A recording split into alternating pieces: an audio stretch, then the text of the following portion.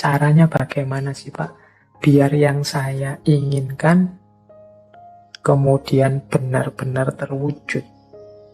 Biar yang tadi saya niati akan saya wujudkan benar-benar hasil. Nah, ini ada 6 step.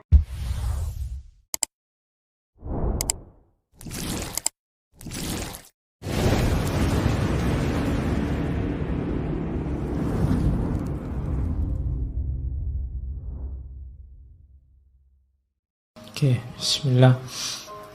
Assalamualaikum warahmatullahi wabarakatuh. Bismillah, kita lanjutkan ngaji kita. Malam hari ini kita ganti sesi. Oke, selanjutnya. Nah, sekarang prosesnya. 6 langkah menuju the law of attraction tadi. Caranya bagaimana sih Pak? Biar yang saya inginkan kemudian benar-benar terwujud. Biar yang tadi saya niati akan saya wujudkan benar-benar hasil. Nah, ini ada 6 step. Ya, ini dari berbagai sumber tentang the law of attraction. Yang pertama adalah mintalah apa yang engkau inginkan. Kalau dalam agama minta ini kemudian wujudnya jadi doa. Atau mungkin dalam bahasa yang berbeda kadang orang pakai kalimat mimpilah. Beranilah bermimpi. Kalau orang minta saja tidak berani, mimpi saja tidak berani, ya bagaimana dia mencapai tujuan-tujuan besar? Alah Pak, saya ini orang desa, ya sudah. Cuma cukup seperti ini saja saya sudah senang, ya sudah. Hidupmu akan hanya sampai level itu. Yang engkau inginkan memang di level itu saja. Padahal kalau engkau mau, engkau bisa minta yang lebih tinggi, menginginkan yang lebih tinggi. Inginkanlah. Jadi mintalah itu sama seperti inginkanlah apapun yang engkau inginkan yang besar-besar. Kalau sudah menginginkan, sudah minta, jangan lupa, percayalah bahwa yang engkau inginkan itu akan terjadi.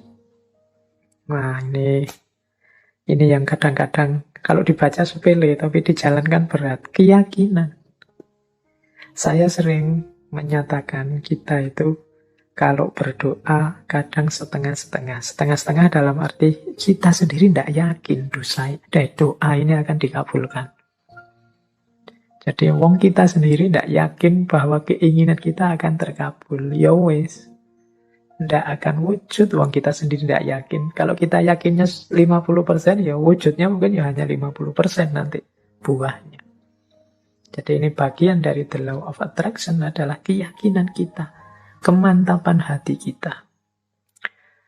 Saya Pak nanti pasti bisa dapat jodoh yang cantik, yang kaya, yang macam-macam. Tapi terus kamu sendiri yang mementahkan. Tapi apa ya mampu ya Pak, wong saya itu hanya orang desa, wajahku ya pas-pasan gini. Ya mesti raiso Pak. Ya sudah, kamu sendiri pesimis itu ya tidak akan wujud.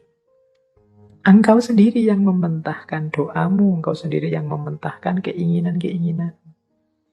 Ya alam semesta sekelilingmu, kemampuan potensi besar dalam dirimu yang tidak akan keluar. Kamu sendiri tidak yakin. Kalau engkau yakinnya 50%, ya keluarnya 50%. Jadi yang kedua, percayalah, yakinlah bahwa apa yang engkau minta pasti akan terwujud. Nah, yang ketiga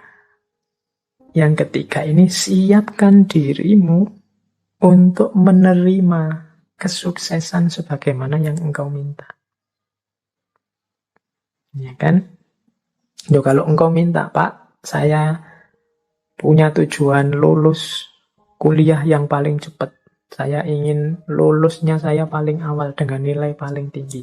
Ya, kamu harus menciptakan dirimu sejak sekarang sebagai orang yang siap sebagai mahasiswa yang lulus tercepat terbaik.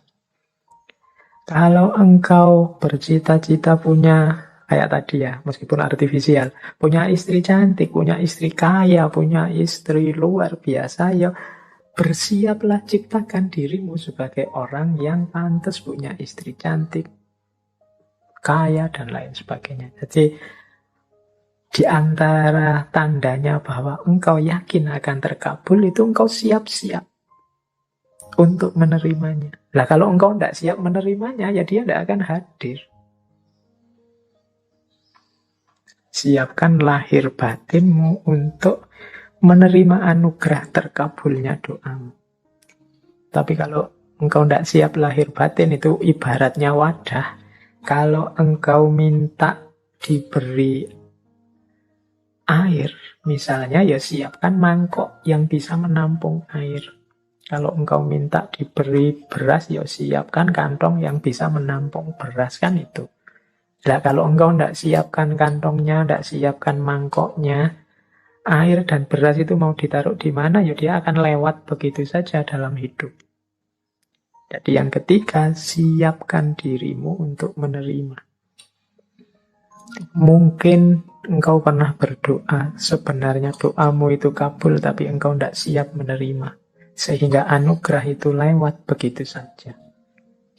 Teman-teman mungkin pernah dengar cerita atau membaca cerita ya, satu ketika ada banjir, kemudian ada orang yang naik ke atas genteng, menunggu datangnya pertolongan. Dia berdoa, ya Allah, semoga selamatkanlah aku dari banjir ini. Kemudian tiba-tiba datang tim SAR membawa perangkat untuk penyelamatan. Dia mau menyelamatkan dia tidak mau. Enggak, saya menunggu Allah langsung yang menyelamatkan saya, bukan tim SAR. Silahkan lewat saja. Kemudian tim SAR lewat begitu saja, wong dia tidak mau.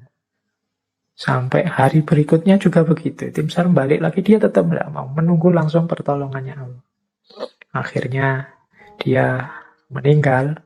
Wong yo tidak cepat-cepat ditulungi. Nah, begitu sampai di akhirat, dia protes sama Allah. Ya Allah, saya berdoa loh untuk meminta pertolongan. Wong aku ini orang soleh. Kok engkau tidak datang-datang menolongku? Terus Allah jawab, lah aku kirimkan tim SAR pertama, tim SAR kedua, tim SAR ketiga. Itulah mbok anggap pertolongan dari siapa? Ya ternyata dia tidak siap untuk menerima pengabulan doanya. Baik, yaitu ilustrasi kasarnya. Yang ketiga, bersiaplah tadi yang menerima terkabulnya doa. Jadi yakin, percaya, dan siap. Yang keempat, kalau bahasanya the law of attraction, visualisasikan. Jadi untuk mendukung semua itu, hidupkan dalam pikiranmu, hidupkan dalam imajinasimu, hidupkan dalam batinmu. Ketika doa itu dikabulkan terus-menerus. Jadi bayangkan keberhasilan itu dalam pikiranmu. Jadi ini untuk membantu fokus tadi. Kalau dalam agama seandainya berdoa, ya untuk membantu biar doanya lebih mantap sepenuh hati. Itu hadirkan keberhasilan yang engkau inginkan dalam pikiranmu, dalam imajinasimu. Terus yang kelima, jadi visualisasikan. Yang kelima, bersyukurlah terhadap apa yang engkau miliki saat ini. Nah, yang kelima ini sehubungan dengan situasimu saat ini, syukurilah. Kalau bahasanya agama, kalau engkau bersyukur, ya nanti akan ditambah. La in syakartum la azidannakum. Jadi kalau engkau bersyukur, aku tambah. Orang yang menerima situasi hari ini adalah orang yang siap untuk menerima anugerah selanjutnya. Tapi orang yang tidak terima situasi hari ini, ya dia tidak akan bisa menerima anugerah selanjutnya. Wong dia masih belum puas dengan situasi hari ini. Berarti dia kan masih sibuk dengan yang saat ini. Hidup itu kan, kalau bahasa Al-Quran, fa'idha faruhta fansub, kalau sudah tuntas ini ganti yang selanjutnya. Kalau kita sudah puas dengan yang sekarang, berarti kita siap menjemput yang selanjutnya. Kalau kita menerima anugerah-anugerah hari ini, berarti kita siap untuk ditambah lagi anugerah selanjutnya. Kalau kita masih belum puas dengan yang sekarang, ya tidak akan ditambah, wong kita belum puas. Yang sekarang berarti belum beres. Masih kita keluhkan, masih kita komplain, masih kita protes. Jadi yang kelima, jadilah pribadi yang bersyukur. Jadi pribadi yang tidak mudah mengeluh, pribadi yang tidak komplain melulu. Jadi saya terima ya Allah situasi hari ini. Mungkin ini karena perbuatan-perbuatanku. Mungkin ada yang baik, ada yang buruk tadi ya. The law of cause and effect itu. Saya syukuri yang baik-baik. Dan aku mohon selanjutnya berikan aku.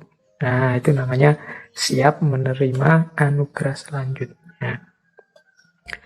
Dan yang terakhir, untuk mencapai tujuan dari yang kita inginkan, menurut the law of attraction tadi, rencanakan dan usahakan langkah-langkah untuk menarik apa yang engkau inginkan. Orang yang pikirannya fokus pada keinginannya, sangat serius pada cita-citanya, itu pasti dia tidak diam saja. Jadi kelihatan. Jadi bukan orang yang minta terus tidur. Jadi dia minta, kalau memang benar-benar ingin terwujud, ya dia akan punya aksi-aksi, punya tindakan-tindakan, baik tindakan-tindakan untuk mewujudkan maupun tindakan-tindakan untuk bersiap menerima hasilnya. Jadi di yang terakhir ini sebenarnya sifatnya otomatis. Kalau kita sedang sangat cinta dengan seseorang misalnya, itu tanpa disuruh kan kita akan melakukan banyak hal untuk meraih cintanya. Ini sudah otomatis. Tapi kalau kita tidak terlalu cinta atau setengah-setengah, ya mungkin tidak terlalu serius juga melakukan sesuatu untuk mendapatkan cintanya. Jadi logikanya seperti itu.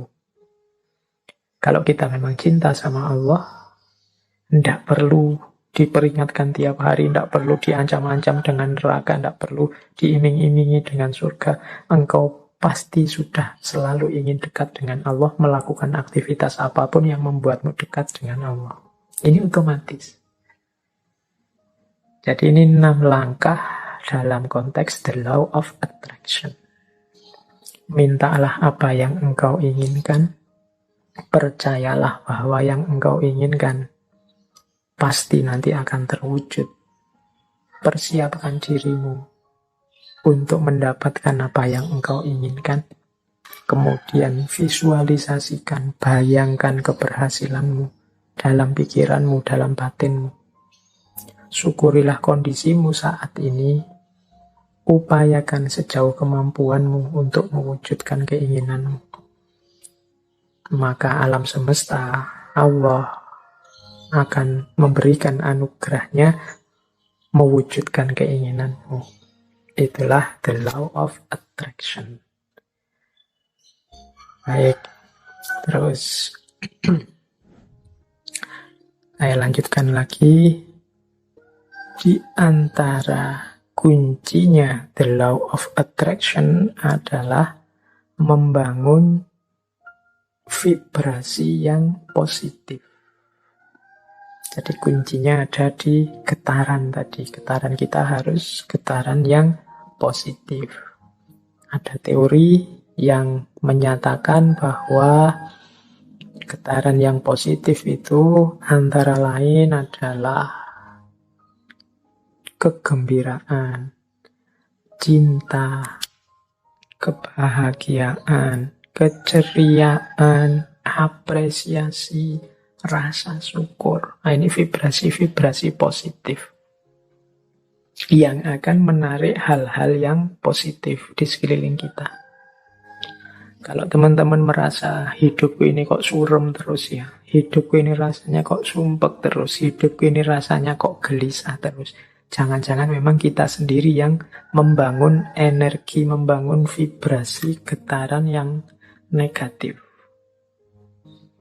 Getaran negatif itu kemarahan, kekecewaan, frustasi, rasa bersalah, rasa tersakiti, ketakutan, dan lain sebagainya. Itu vibrasi yang negatif. Kalau kita tiap hari diri kita isinya ini saja, ya getaran kita getaran yang negatif dan akan mengundang juga hal-hal yang negatif. Seperti saya contohkan tadi, ketakutan-ketakutan kita yang akan mengundang hadirnya apa yang kita takuti. Demikian juga frustasi, kekecewaan, kemarahan. Ini hal-hal yang negatif. Menciptakan getaran yang negatif, mengundang kenegatifan yang sama ke sekeliling kita. Sebaliknya, kalau kita menghadirkan vibrasi-vibrasi yang positif, kegembiraan, rasa cinta, rasa syukur, keceriaan, penghargaan pada orang lain, ya yang kita undang dalam hidup kita itu hal-hal yang positif. Jadi mari kita bangun vibrasi dalam diri kita ini, kita dengan vibrasi yang positif. Hari ini kita sering terjebak dalam vibrasi-vibrasi yang negatif. Mungkin karena isi pikiran kita banyak berkutat dengan hal-hal yang negatif. Atau kita terseret, terdorong oleh negativitas-negativitas di sekeliling kita. Kemarahan, kekecewaan, kegeraman, kejengkelan, ketakutan, rasa tersakiti, ini vibrasi-vibrasi yang negatif. Mari latihan untuk membersihkan ini semua. Saya sering menyampaikan Allah itu menginginkan kehidupan kita di dunia ini kehidupan yang bahagia. Maka marilah kita hidup dengan bahagia. Caranya apa? Ya kita hadirkan kebahagiaan itu pertama-tama dalam diri kita. Kita tunjukkan rasa syukur kita terhadap aneka anugerahnya Allah selama ini. Ini akan memunculkan hal-hal yang positif dalam diri kita. Baik, kita lanjutkan. Nah, ini materinya masih panjang. Kita ambil nafas sebentar ya. Waktunya sudah mepet. Ini saya agak cepat. Jadi saya membawa beberapa paket wisdom. Jadi paket wisdom yang berhubungan dengan the law of attraction. Jadi pandangan-pandangan kebijaksanaan-kebijaksanaan yang ini menurut saya nyambung dengan the law of attraction. Semoga dengan quote-quote yang saya bawa ini, kebijaksanaan-kebijaksanaan yang saya bawa ini, teman-teman bisa lebih mudah menangkap apa sih yang diinginkan oleh law of attraction ini.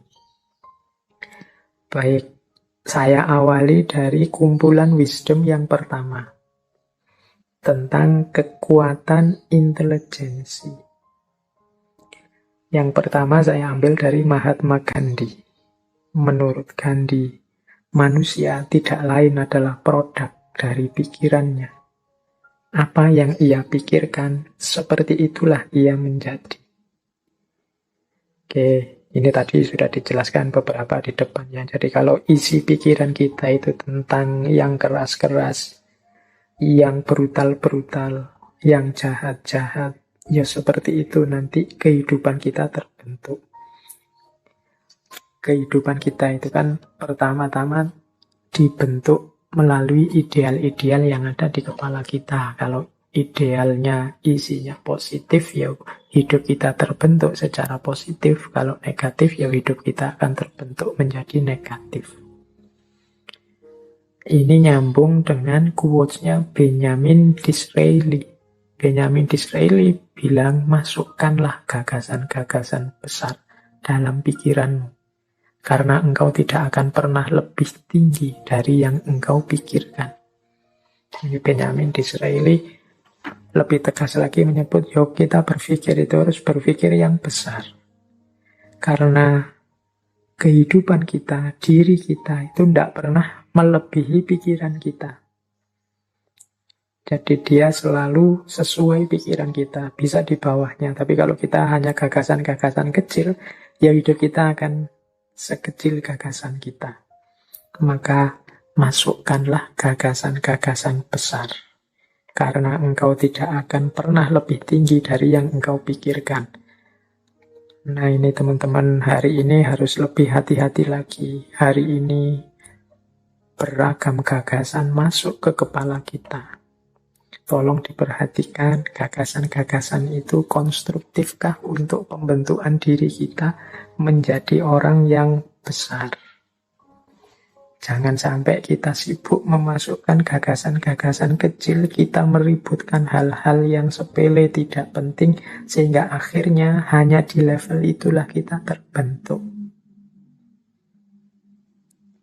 Nah, saya tampilkan juga sebuah quote selanjutnya dari Walt Disney. Kalau ini teman-teman mesti kenal ya.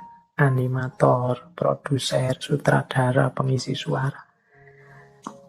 Sekarang bahkan ada perusahaannya yang luar biasa. Kata Walt Disney apa? If you can dream it, you can do it. Kalau engkau bisa memimpikannya, pasti engkau bisa melakukannya, pasti engkau bisa mewujudkannya. Mimpilah. Mimpilah tentang hal-hal yang besar. Mimpilah menjadi orang besar, mimpilah menjadi orang yang luar biasa, maka engkau akan jadi orang yang juga luar biasa. Ini dawuhnya Walt Disney, dan mungkin dia membuktikan ucapan kata-katanya sendiri. Mimpi-mimpinya terwujud semua. If you can dream it, you can do it. Hari ini di antara kita bahkan banyak yang bermimpi saja tidak berani. Padahal mimpi itu kan gratis, tinggal kamu panjang, kamu patok di kepalamu. Aku ingin menjadi seperti ini, aku ingin menjadi sosok yang begini, dan seterusnya. If you can dream it, you can do it. Kemudian ada juga quotes dari Ralph Waldo Emerson. A person is what he or she think about all day long. Seseorang itu adalah apa yang dia pikirkan tentang dirinya sepanjang waktu. Jadi engkau anggap dirimu siapa, seperti itulah engkau.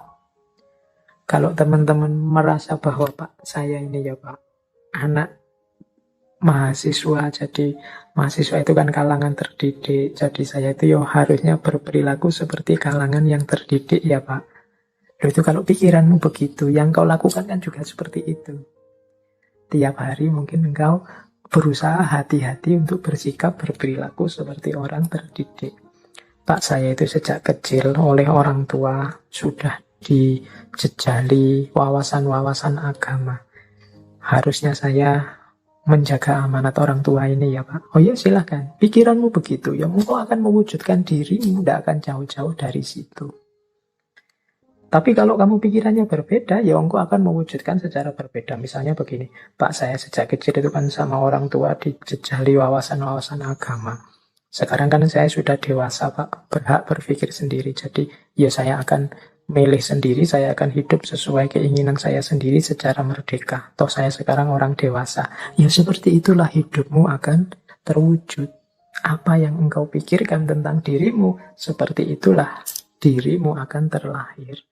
A person is what he or she think about all day long. Nah, jadi ini law of attraction wisdom bagian kekuatan intelijensi. Jadi apa yang dipikiranmu, itulah dirimu. Terakhir ini ada quotes dari Albert Einstein. Imagination is everything. It is the preview of life coming attraction. Imajinasi adalah segalanya. Imajinasi itulah yang jadi preview of life coming attraction. Preview itu kayak apanya? Pertunjukan awalnya. Seperti ini loh nanti yang terjadi. Itu imajinasi. Kemajuan-kemajuan manusia hari ini hampir semua itu kan diawali dari imajinasi. Pesawat terbang, kapal laut, kemudian apapun produknya manusia itu kan awalnya kan imajinasi. Gimana ya manusia bisa nyebrang air tidak tenggelam, tanpa harus jadi wali dulu. Naik wali ya tinggal jalan. Tapi ini bisa nyebrang sungai, bisa terbang di atas awan. Itu kan awalnya hanya imajinasi. Tapi karena keseriusan dan kedahsyatan potensi manusia, juga fasilitas-fasilitas yang diberikan alam, yang semula imajinasi akhirnya mewujud dalam realita. Maka katanya Albert Einstein, imagination is everything. It is the preview of life coming attraction. Jadi imajinasi yang muncul di kepala kita, mungkin di kepala para ilmuwan, orang-orang pintar, itu adalah preview dari apa yang nanti akan benar-benar ada. Preview itu kayak trailernya film itu. Jadi ya nanti tidak jauh-jauh dari situlah isinya. Nah itu imajinasi. Maka teman-teman jangan takut bermimpi, jangan takut berimajinasi. Siapa tahu dari situ nanti muncul karya-karya, muncul produk-produk yang luar biasa yang sebelumnya oleh banyak orang dianggap tidak mungkin. Itu kumpulan wisdom pertama berhubungan dengan kekuatan intelijensi. Sekarang kumpulan wisdom kedua sehubungan dengan law of attraction yang berhubungan dengan perubahan.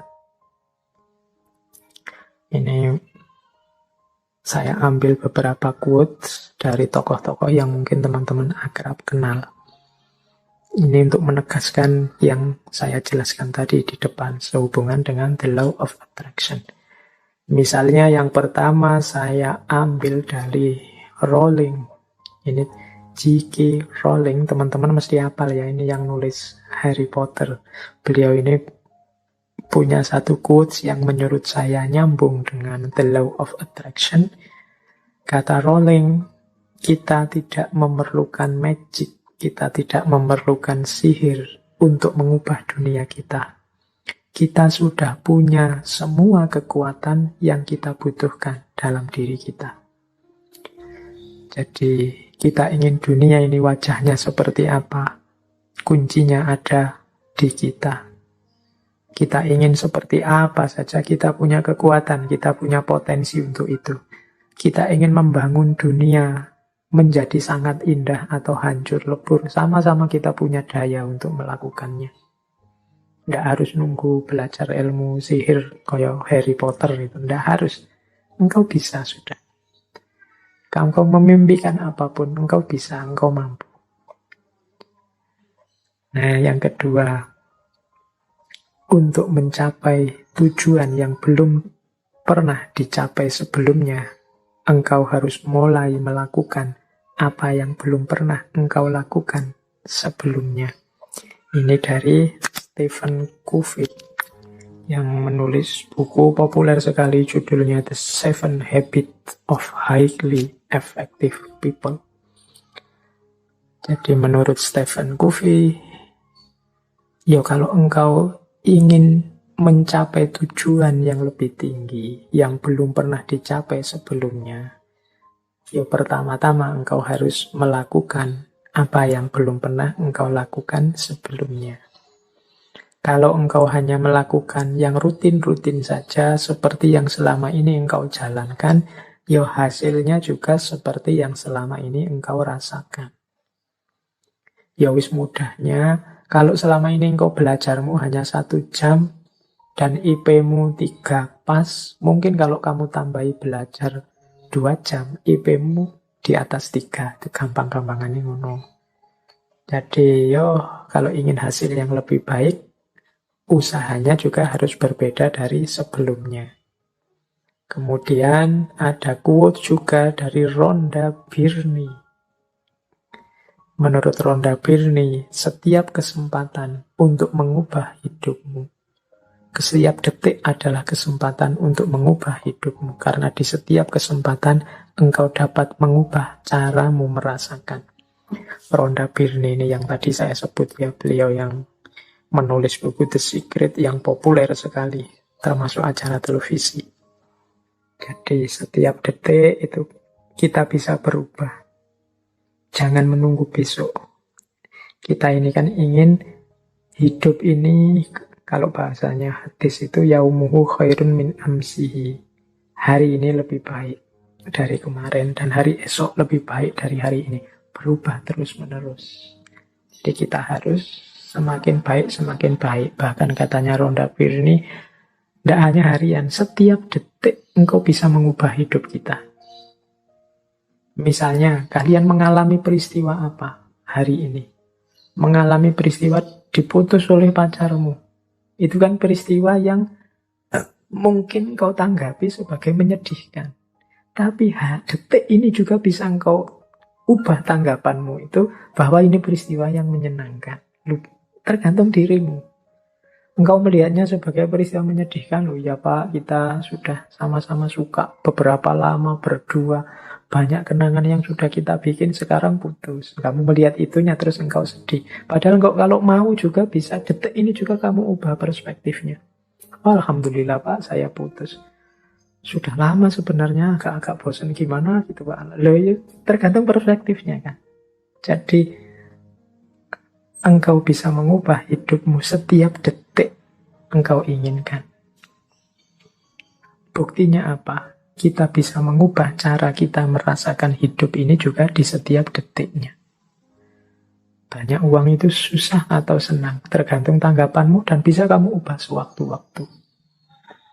Punya wajah cakep itu susah apa senang, terkenal itu susah apa senang. Itu kan bisa, tanggapanmu bisa berubah-ubah setiap waktu. Berarti apa? Sebenarnya untuk mengubah hidup kita itu tidak usah menunggu apa-apa. Setiap detiknya kita bisa berubah tergantung bagaimana kita mengelola, menyerap, merasakan hidup kita. Baik, ini Rhonda Byrne tentang perubahan. Saya lanjutkan. Kalau ini dari Deepak Chopra, ini nama yang mungkin teman-teman pernah dengar, tokoh dari gerakan New Age. Salah satu tokoh populer, penulis, juga bergerak di bidang pengobatan alternatif. Nah, Deepak Chopra, beberapa bukunya juga diterjemahkan dalam bahasa Indonesia. Beliau punya quotes begini. Kalau engkau ingin hidup bahagia, buatlah orang lain bahagia. Kalau engkau ingin menemukan orang yang tepat dalam hidupmu, jadilah orang yang tepat untuk orang lain. Kalau engkau ingin melihat perubahan di dunia, jadilah perubahan yang engkau inginkan itu. Nah ini menurut Deepak Chopra, ya kalau kita ingin dunia ini damai, kalau kita ingin dunia ini tertib, kalau kita ingin dunia ini dengan segala ideal yang ada di kepala kita, pertama-tama yang harus kita ubah adalah diri kita sendiri. Kalau ingin dunia ini damai, yo kita jadi orang yang damai dulu. Kalau ingin dunia ini membahagiakan dan gembira, yo kita jadi orang yang bahagia dan gembira. Jadilah perubahan yang engkau inginkan itu. Tidak harus capek menceramai orang lain, tidak harus capek nuting-nuting orang lain kiri kanan. Ayo kita ubah diri kita sesuai ideal kehidupan dunia yang ada di kepala kita. Pak, Islam itu kan harusnya rahmatan lil alamin. Iya, oke. Pertama-tama jadilah muslim yang rahmatan lil alamin.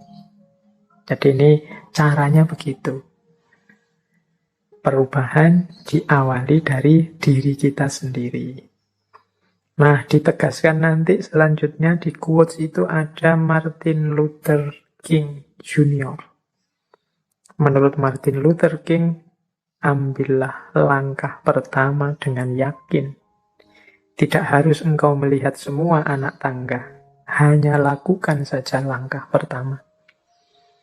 Kita ini kan sering ragu-ragu, mau mengubah hidup, mau apalagi mancang cita-cita, mau memimpikan sesuatu. Itu saya sebut tadi banyak tidak berani, sehingga hidup kita tidak berubah-berubah.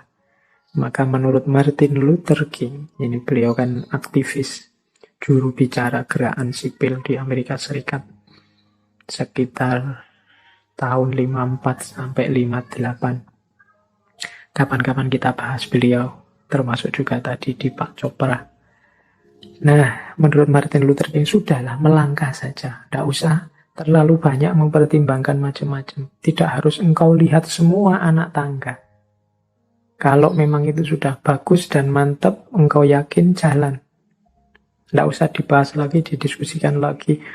dicari semua kemungkinan konsekuensinya, malah tidak jalan-jalan. Katanya Martin Luther, ambil langkah pertama. Jalanlah. Kalau tidak begitu hidupmu tidak akan berubah. Terlalu banyak pertimbangan. Oke, baik. Kita lanjutkan lagi. Nah, law attraction wisdom yang ketiga. Saya ambil juga beberapa quote. Ambil nafas dulu sebentar.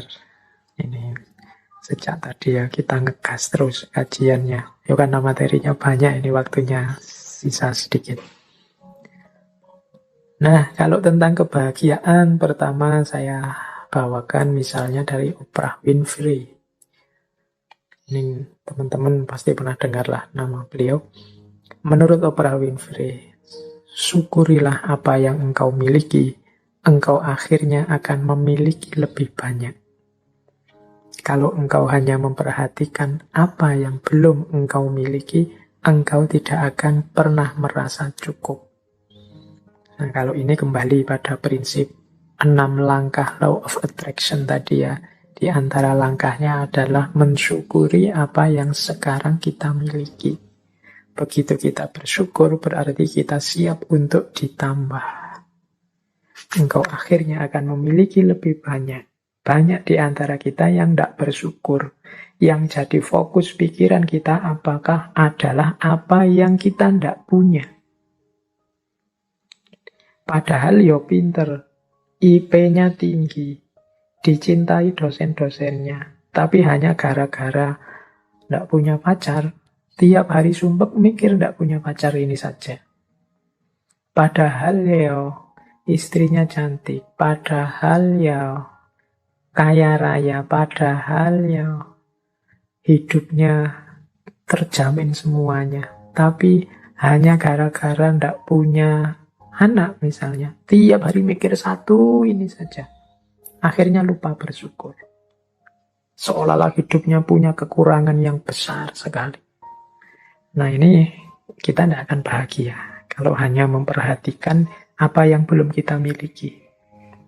Kita harus lebih banyak fokus mensyukuri apa yang sudah kita miliki. Bukan disibukkan hanya oleh apa yang kita belum punya. Biasanya kita itu lebih sibuk dengan apa yang kita tidak punya daripada mensyukuri apa yang kita sudah punya. Maka law of attraction mengajari kita ya basisnya adalah bersyukur. Kemudian ada juga quotes yang saya bawa senantiasa, jadilah versi dirimu yang terbaik daripada menjadi versi tiruan orang lain. Quotes ini mengajarkan kita untuk kita harus otentik, berani bermimpi, berani menginginkan. Banyak di antara kita yang menginginkan sesuatu saja tidak berani, memimpikan sesuatu saja tidak berani. Kita bisanya hanya mengikuti orang. Kita bisanya menjadi versi tiruannya orang lain. Kita tidak eksis jadi diri kita sendiri. Kita punya kiblat-kiblat yang kiblat itu menjadi tiruan diri kita. Jadi kita selalu, saya ingin menjadi seperti ini, menjadi seperti itu. Kita tidak mendeklarasi untuk jadi diri kita sendiri, tapi versi yang terbaik, versi yang optimal, versi yang maksimal. Ya bekalnya tetap ilmu, bekalnya tetap muhasabah, merenungi diri aku, ini versi terbaikku seperti apa, kelemahan kelebihanku apa, aku ini cocoknya melakukan apa, passionku apa, dan lain sebagainya. Jadi di situ nanti kita bisa jadi versi terbaik dari diri kita sendiri.